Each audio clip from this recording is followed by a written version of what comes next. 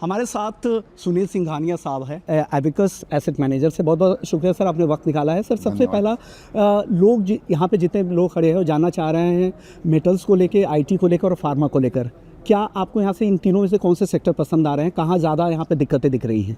नहीं, obviously IT services में थोड़ी सी नियर टर्म हेडविंड्स है, एआई आ रहे हैं, ग्रोथ भी स्लो हो रही है। आपका नियर टर्म कितना है? 3 महीने, 6 महीने सर? आपका उसके ऊपर डिपेंड करता है। मेरे को लगा आपका 1 घंटा है, हमारा लॉन्ग टर्म होता है 5 साल। यहाँ पे लोगों का लॉन्ग टर्म है 1 हफ्ता। ओके, लोगों में पेशेंस नहीं है। हाँ, हमारा नियर टर्म है 6 महीना 1 साल। तो क्या चैलेंजेस है? एआई के अलावा भी कुछ और चैलेंजेस देख रहे हैं आप? ग्रोथ भी नहीं है, 4-5% ही ग्रोथ हो रहा है। ओके, फार्मा में वैल्यू दिख रही है आपको? हमारा पोर्टफोलियो आप देख लीजिए, उसमें आपको पूरा दिख जाएगा। But pharma is a good sector. Okay, it's I think it's not perform in the equity markets for the last 1 year. Okay. But अगर आप उनका फंडामेंटल परफॉर्मेंस देखिए, बहुत अच्छा है। 2026 में कौन से सेक्टर से बचना चाहिए सर, जहां आपको रिस्क ज़्यादा दिख रहा है? सी सेक्टर्स क्या होता है ना, बेस्ट सेक्टर में भी हो सकता है कि स्टॉक्स आपको रिटर्न नहीं दें, और वर्स्ट सेक्टर्स के भी स्टॉक आपको रिटर्न दे दें। तो I think sectors are important, but at the same time fundamentals of individual stocks are also important. But if you ask us, we are underweight IT services, we are underweight oil and gas, या regulated sectors. I think those 2-3 sectors we are. कहाँ overweight हैं sir आप?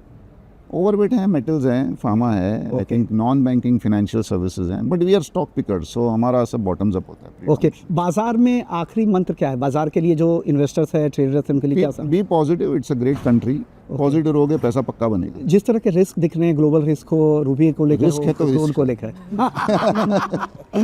तो risk तो रहेगी।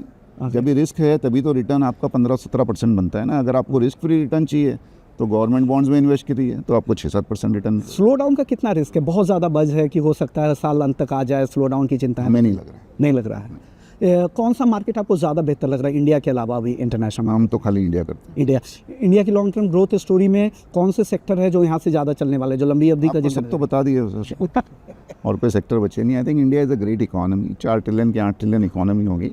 आप investment करके बने रहिए, आपको पैसा बन जाएगा। कहाँ कौन सा ऐसा थीम होगा जहाँ से बचना चाहिए? आप म्यूचुअल फंड में इन्वेस्ट करिए, 1% में आपको बेस्ट रिटर्न बना के देते हैं। आपको क्यों इतना दिमाग लगाना है बस? तो for a retail investor best is to have a diversified portfolio, give it to some good fund managers, and we have really good fund managers in the industry. I think they will take care. जो sector अच्छा लगता है उसमें वो बन जाएंगे, जो sector खराब लगता है उससे निकल जाएंगे। बिकॉज सेक्टर मैंने आपको जो कहा वो 3 महीने में मेरा व्यू चेंज हो जाएगा। ओके, तो मैं तो फिर आपको आके ढूंढूंगा नहीं कि मैंने आपको बोला था चेंज कर। अचानक से मिड कैप में भी रैली दिखने लगी, आपको लग रहा है कि सस्टेनेबल है या कुछ रिस्क अब वहाँ पे?